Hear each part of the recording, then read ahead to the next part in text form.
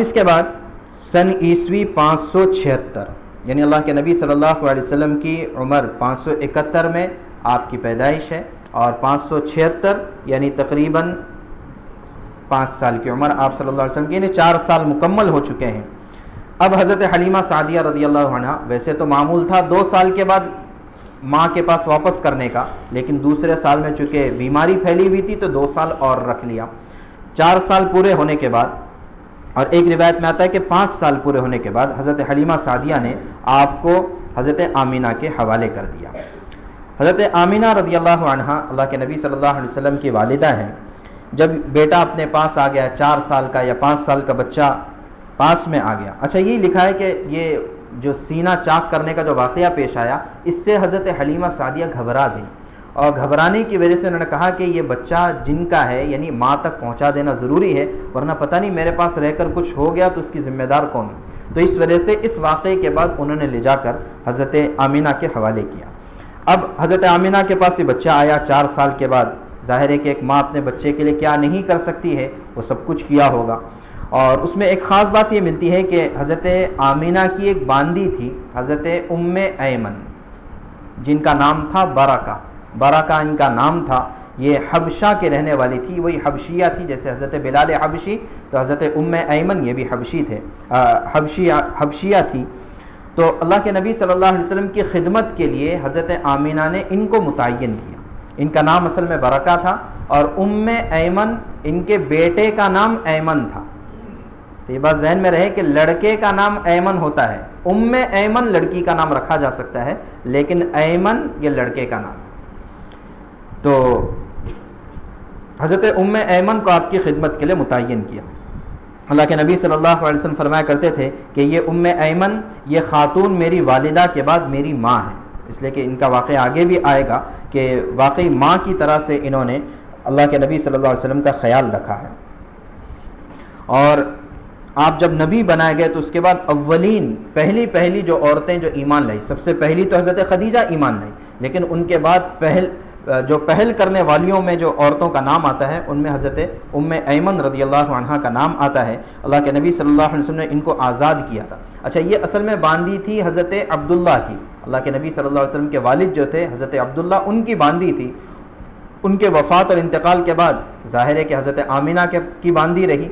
اللہ کے نبی حضرت آمینہ کے بعد اللہ کے نبی صلی اللہ علیہ وسلم کو جب ہوش آیا، آپ نے ان کو آزاد کیا، اور آزاد کر کے ان کا پہلا نکاح جو کرایا یہ عبید بن زید سے کرایا، جن سے حضرت ایمن پیدا ہوئے، اسی وجہ سے ان کا لقب ہو گیا ام ایمن۔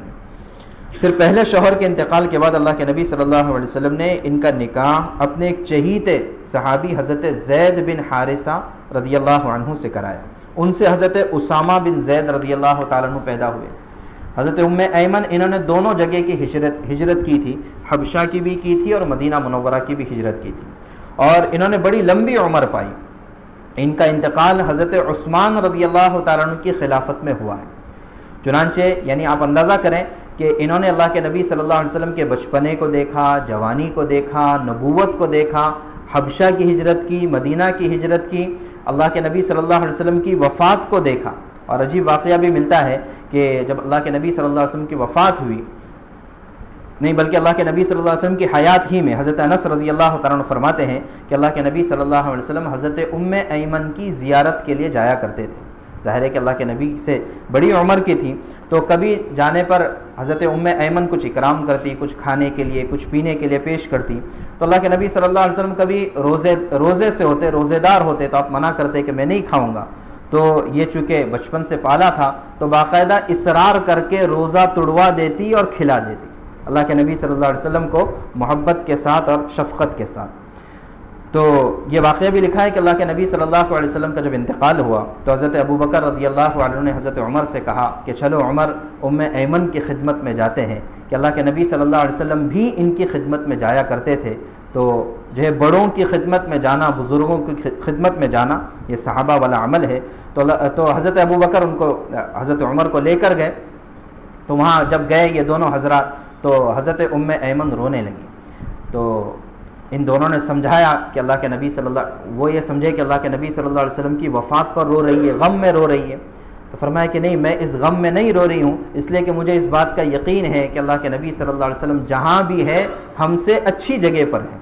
دنیا سے بہتر جگہ پر اللہ کے نبی صلی اللہ علیہ وسلم ہے، تو میں اس لیے نہیں رو رہی ہوں۔ فرمایا کہ اماں پھر کیوں رو رہی ہیں آپ؟ کہا کہ اس وجہ سے رو رہی ہوں کہ اللہ کے نبی صلی اللہ علیہ وسلم کی وفات کے بعد آسمان سے جو اللہ کی وحی کا مبارک سلسلہ جاری تھا وہ اب ختم ہو گیا، تو دنیا ایک بہت بڑی خیر سے محروم ہو گئی، اس بات پر میں رو رہی ہوں۔ تو یہ حضرت ام ایمن تھی جو حضرت ابوبکر، حضرت عمر ان کی خدمت میں جایا کرتے تھے، اور حضرت عثمان رضی اللہ تعالیٰ عنہ کی خلافت میں ان کا انتقال ہوا ہے۔ پھر اس کے بعد تقریباً اسی سن میں یا سن 576 ہجری میں اللہ کے نبی صلی اللہ علیہ وسلم کی جب عمر تقریباً 6 سال کی ہوئی تو آپ کی والدہ حضرت آمنہ آپ کو یثرب لے کر گئی۔ یثرب یہ مدینہ منورہ کا پرانا نام ہے، وہاں لے کر گئی۔ وہاں لے کر کیوں گئی؟ دو باتیں علماء نے لکھی ہے۔ ایک یہ کہ آپ صلی اللہ علیہ وسلم کے والد کا ننیالی رشتہ مدینہ منورہ سے تھا، یثرب سے تھا، تو اس لیے لے کر گئی۔ لیکن بعض علماء کی رائے کہ نہیں، اس لیے نہیں، بلکہ حضرت عبداللہ جن کا انتقال ہوا تھا اللہ کے نبی صلی اللہ علیہ وسلم کے والد، ان کی قبر مدینہ منورہ میں تھی، تو قبر کی زیارت کے لیے شوہر کی یاد ستا رہی ہوگی، تو قبر کی زیارت کے لیے یہ وہاں پر آپ صلی اللہ علیہ وسلم کو لے کر گئی۔ 2 اونٹنیوں پر یہ قافلہ چلا تھا اور کل 3 نفر ساتھ میں تھے، اللہ کے نبی صلی اللہ علیہ وسلم، حضرت آمنہ اور یہ حضرت ام ایمن، یہ تینوں کا قافلہ چلا، مدینہ منورہ گئے۔ مدینہ منورہ جا کر دار النابغہ ایک جگہ ہے، وہاں پر حضرت عبداللہ کی قبر تھی، وہاں پر تقریباً 1 مہینے قیام کیا۔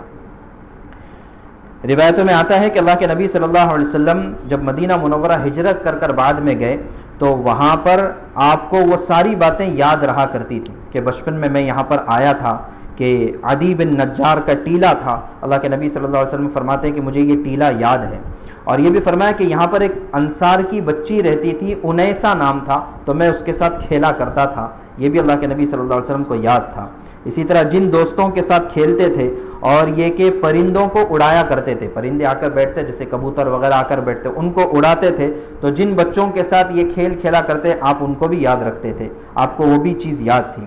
اسی طرح فرمایا اللہ کے نبی صلی اللہ علیہ وسلم نے کہ عدی بن نجار، بنو عدی بن نجار ایک خاندان تھا، ان کا ایک بڑا مشہور کنواں تھا، اسی کنویں میں نے تیراکی سیکھی ہے، تیرنا سیکھا ہے، اللہ کے نبی صلی اللہ علیہ وسلم فرماتے ہیں کہ میں نے اسی کنویں میں تیرنا سیکھا ہے۔ تو تقریباً 5-6 سال کی عمر ہے، تو لہٰذا یہ بھی ہمارے لیے ایک جو ہے تربیت کی چیز ہے کہ بچہ اگر اتنی سال کی عمر کا ہو جائے تو والدین کے پاس اگر گنجائش ہے، اس کے اسباب مہیا ہے، تو اپنے بچوں کو تیراکی سکھائے، کہ ایک سنت ہے۔ اس لیے کہ عام طور سے بڑی عمر میں جانے کے بعد پھر آدمی چاہتے ہوئے بھی اس کو اگر بچپن میں نہیں سیکھا ہے تو بڑی عمر میں سیکھنا مشکل ہوتا ہے، تو اس سنت پر بھی اگر کسی کو موقع ملے تو ضرور عمل کرنا چاہیے۔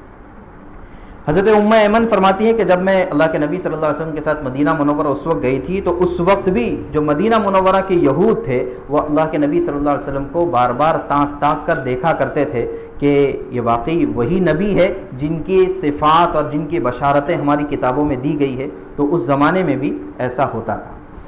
پھر وہاں سے ایک